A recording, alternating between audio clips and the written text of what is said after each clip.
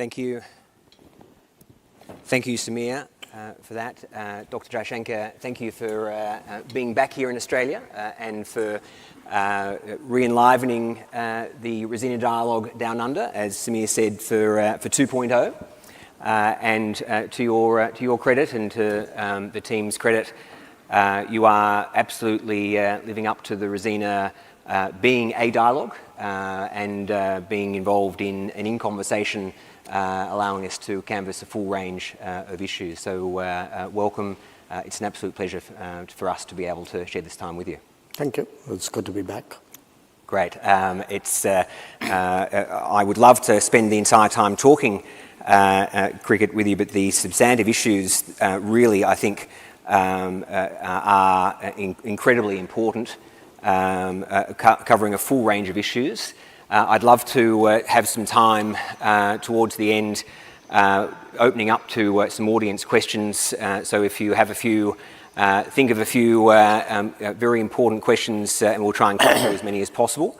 But starting, Dr. Jaishankar, with the Australia-India bilateral relationship, both initially as Foreign Secretary and now, of course, as Foreign Minister, you have helped drive a remarkable strengthening of the bilateral relationship with greater collaboration across a wider range of issues than we have ever had before. So what is it about Australia that means India has been keen to deepen that cooperation across multiple issues from the diplomatic to the defence areas? Well, first of all, Justin, thank you for not starting with cricket. It would have been a little painful.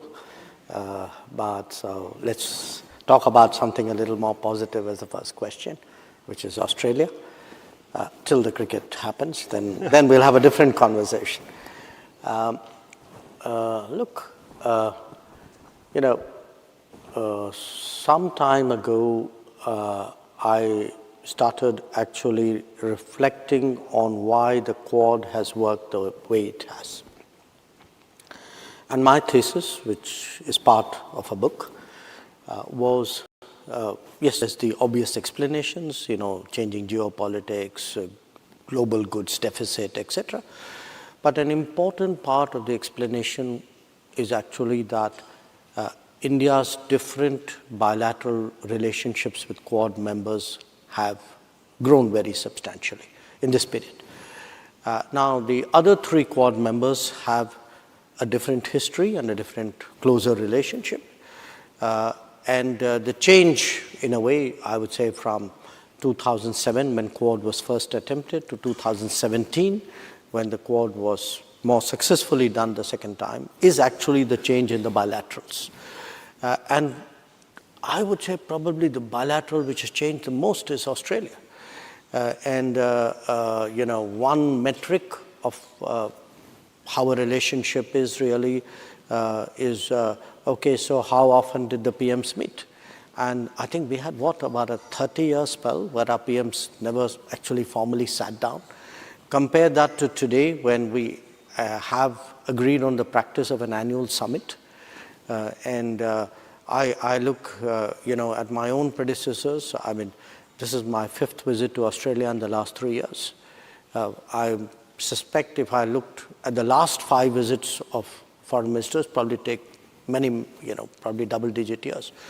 And if you go beyond that, you look at the quality of our defense cooperation today, the fact that we've been able to do the first phase of a free trade agreement, the fact that Australian universities were the first universities to come and say, okay, we are prepared to explore a new Indian policy regarding foreign educational presence. I look at the Indian diaspora numbers. So I look at the trade volume, which is, I think, $48 billion right now. So it was a relationship whose potential to me was waiting to be realized. It needed an effort on, somebody had to bell the cats. And it so happened in 2014 that there was a juxtaposition of circumstances that happened. And I must say this to the credit of everybody thereafter. People have built on it. layer by layer. When I see, every conversation I have, we actually come up with something new to do. Even on this visit, and I'm not yet done with my conversations in this town. I was in Brisbane 2 days ago, and I visited the HADR warehouse that DFAT runs. It was a warehouse which helped us deliver relief material to Papua New Guinea. And when I look at it, this is a platform which would be very helpful to us. We could think of, in fact, how it could be helpful to Quad as well. So the more we do, the more possibilities open up. I think somewhere we needed to, there were some preconceptions on either side. Let's be honest about it. That we had some image of you, and you probably had the same of us, which somewhere held us back. I think once we have overcome it, we are today, really the relationship is on a roll. On a roll it is. I think the bilateral relationship, which has gone from strength to strength, then goes into the minilaterals. You mentioned the Quad. So let me ask you something you have canvassed before. You've been asked about previously that India's simultaneous active engagement of groups like the Quad, along with groupings like BRICS, which are seemingly contradictory groupings. Your response has consistently been that India is able to walk and chew gum at the same time. And of course, the ability to understand all nations and work with all parties is vital. Australia has missions all over the world, including places like Moscow and Tehran, of course. So my impression, Minister, has been that India sees value in being in all these groupings, but doesn't always necessarily see them as equal. How do you, as Foreign Minister, and how does India navigate these different relationships to still ensure that countries around the world see India as a large nation that prioritises the protection of international rules?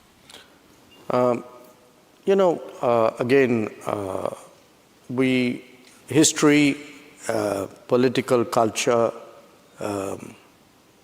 to some extent, kind of a security ethos, all these feed into decisions you make. In the case of Australia, you have a long, a very old treaty relationship with the United States, which is your primary security. It's the anchor relationship in a way. That's not been our history. Our history has been really to kind of maximize space and options and gain more maneuvering ground and try and do more things, autonomously. So that's where we are coming from. Now, given that, it's natural today when actually the world is much more fragmented, when in one sense clearly much more multipolar, much more complicated, that it's not easy to say today, okay, these countries are on that side and those countries are on that side. There's a lot of cross holdings in a way. Given all that, we do think that the ability to, in fact, not just the ability, the strategy to have, a presence in different groupings and develop working combinations with different countries, because each one of them has a logic of its own, and I would not set one against the other. To us, we really honestly, and I'm not being clever here in my argument, we honestly don't think being members of BRICS excludes you from being members of Quad, because to us they serve very different purposes. Quad has a certain Indo-Pacific context. Again, the manner in which it grew, the building blocks of Quad were very different. In the case of BRICS, it was really a coming together of some large countries whose common feature in many ways was that they were non-Western. So by joining Quad, now I don't become Western. I mean, I still remain non-Western. I'm not anti-Western, but I'm not Western. So I think, in fact, in many ways, I would argue that this multiplicity of memberships and being able to navigate them are natural. I would even go a step further and say, actually, there's a service we can do by this. At a time when the world is very polarized and countries often don't communicate with each other. I look at the world today, and let's take the two big conflicts which are underway, Ukraine and the Middle East. There are not too many countries and too many leaders who can go to Moscow and go to Kiev and go to Tehran and go to Tel Aviv. No, there aren't. That's for sure. And I think that the world does look to you, look to India in many ways to play a balancing role in many of these areas, and perhaps from Australia's perspective to keep an eye on some other countries as well. Can I raise the recent BRICS and some of the language in the Kazan Declaration that interests me, and I think it interests many people in Australia and the region, that goes to show, I suppose, how challenging, you talk about it being fragmented and complicated, the world, how challenging it is to manage all these groups. The language in the declaration indicated that the sanctions, for example, against Russia for its invasion of Ukraine were unlawful, coercive measures. And it also described Israel's pager operation against Hezbollah as a premeditated terrorist act. So is that part of the navigation that India needs to go through to make sure that it is part of these groups and can play the important role that the large nation India is, or is it becoming more difficult when perhaps, I suppose in my view, some of those BRICS countries are imposing on others in a way that maybe the Quad democratic countries aren't imposing in their field? Well, negotiations are negotiations. Whether it's once you're inside a room, everybody tries to get their point of view reflected to the best.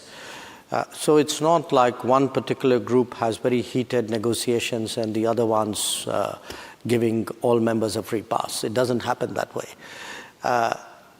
What really, the reality of my job is in each of these groupings and any other grouping you go to, you enter the room with some key objectives. Others do the same. Often they could differ, sometimes in nuance or emphasis, sometimes much more fundamentally. And then you try at the end of an outcome document to get the best you can. So I don't, if you look at any gathering and you ask a country, saying, did you, is this the perfect document? Did it reflect everything which is your national position? I think anybody truthful will say, no, it did not. Because every gathering, every outcome document is some kind of compromise to some degree. So often, therefore, when you present me with this kind of situation, I would say, well, that was our position in the BRICS. That does not mean it would necessarily be our position somewhere else. I mean, life is a degree of maneuverability and adaptation and some give and take and some wheeling and dealing. Yeah, no, makes sense. So standing by principles but adapting to the particular audience, that makes sense. You refer, Minister, to the importance of negotiations. I think a lot of countries, including Australia, look to your relationship with China and the negotiations across a range of issues that India has dealt with. And of course, recently the two countries announced a way forward on issues concerning the disputed border area. That does seem to validate the idea of negotiation and give and take, and that diplomacy remains vital in resolving these disputes. We, of course, have been there before when it comes to China and making agreements and then breaking agreements. So I'm keen to hear your thoughts on where you see the India-China relationship, having now made that seeming breakthrough. Where do you see that relationship going in the next few years, given that it's not just important for India and China, but the relationship is really vital for the region itself? Sure. Justin, let me split that into three parts. What did we just negotiate? What still lies ahead of us? And in a sense, what's our medium, long-term view of the particular relationship? What we negotiated just now on October 21st was the last set of what we call disengagement agreements, which essentially means that after the summer of 2020, Chinese and Indian troops have been deployed, have been forward deployed, you can say, along the line of actual control in distances which were extremely concerning.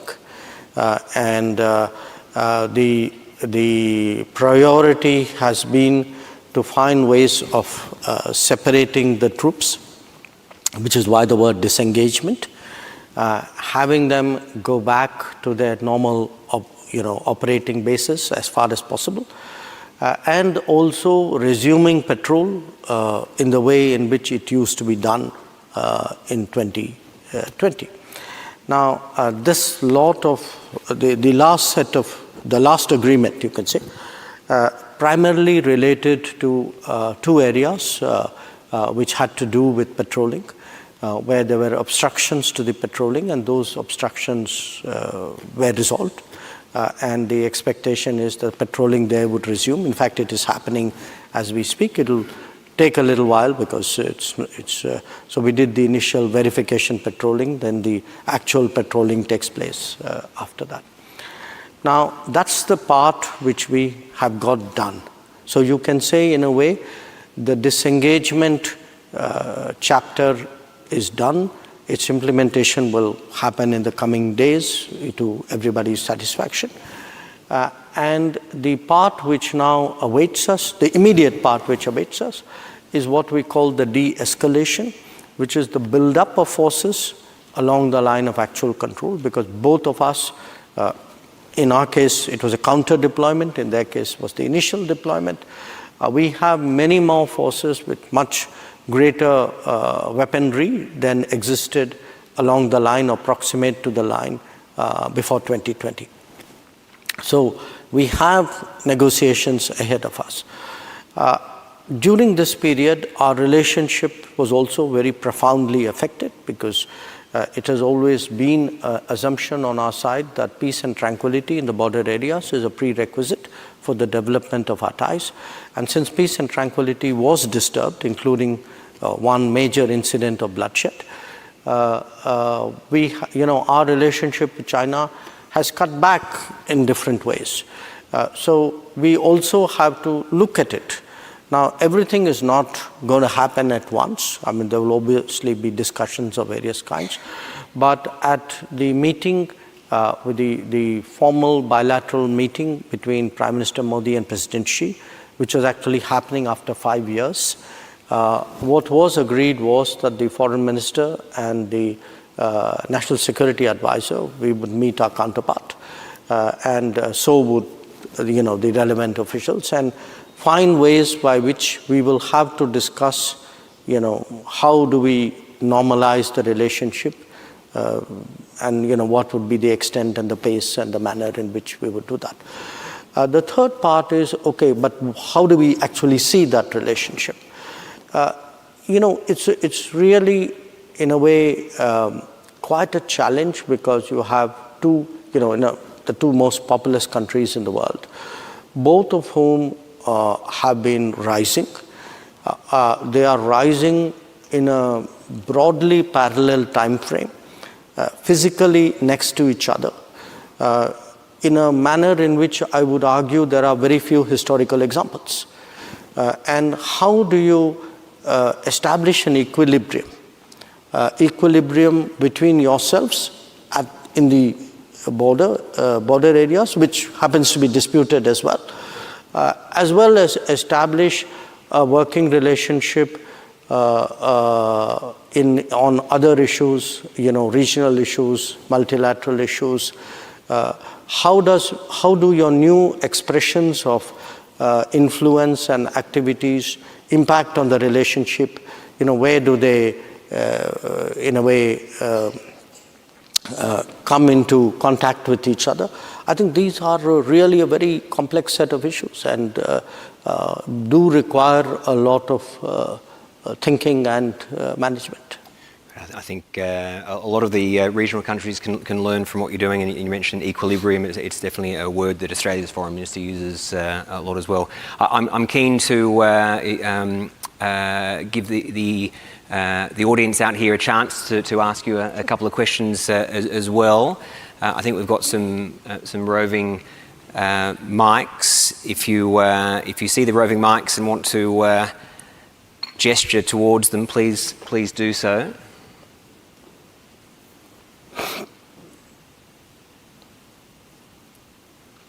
There's a hand over here. Thank you so much. Minister, my name is Lan Anh, come from Diplomatic Academy of Vietnam. I have two questions for you. The first question is that I know that you are the author of the book, Indian Way. So I just would like to explore, in your opinion, what is the Indian way, or what is the Indian strategic priority in the face of more and more stronger and stronger collaboration between China and Russia? That is my first question. And if I may, I do have the second questions. My second question is that, in your opinion, how China, how India and the global South will do in the high-tech and the critical tech competitions between the US and China and between the other power, in which way that they can reduce the over-dependence and increase autonomies? Thank you. Well, actually you had three, because you had India Way, you had Russia, China, you had ISET. Look, the reason I wrote the first book was I just ended 41 years in the Foreign Service. I felt I'd learned something in that period and felt this great urge to express that something in prose. Part of it was also a few things which provoked me. There's this big debate, exactly, is there an Indian strategic school of thinking? Our own internal debate in India saying how much are we learning from our own history, our tradition, our experiences.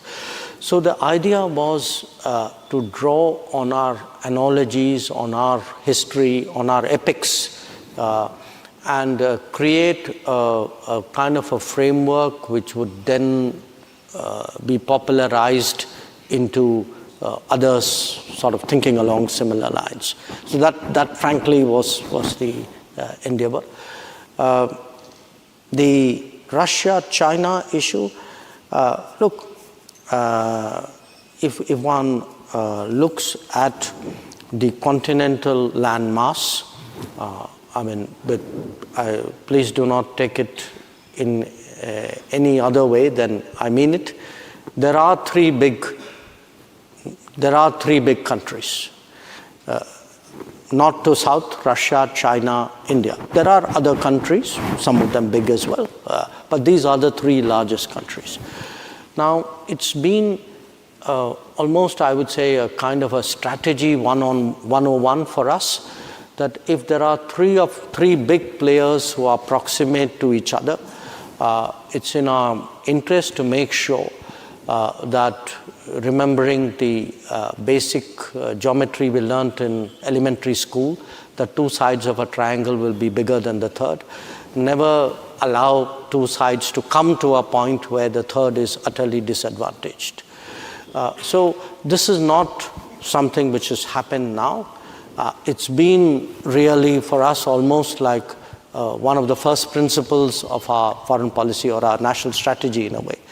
And it remains a concern.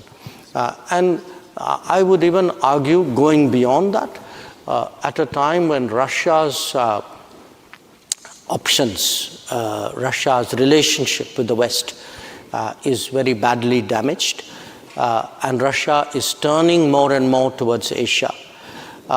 It's useful in Asia that we give Russia more options. So that would be an advice I offer to Vietnam as well.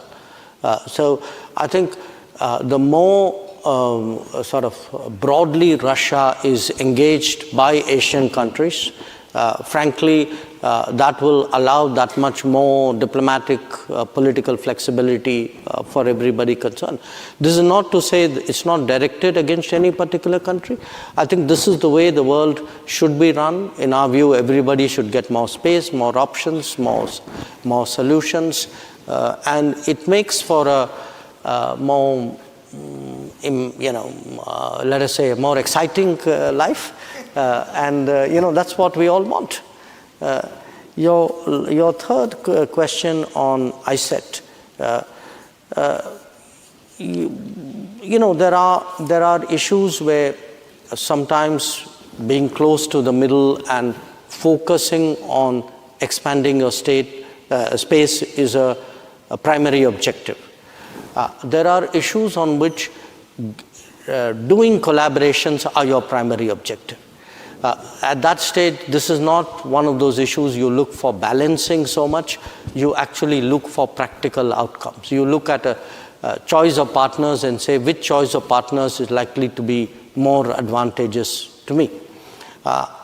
Certainly from an Indian perspective, I would say for us, by and large, the Western world, specifically the Quad, even more specifically the United States, is a very crucial ISET partner, and that's really the direction you should be looking at where we are concerned. Thank you. I think because that was three questions, we might have chance for maybe one more before moving on to our Minister Bowen's session.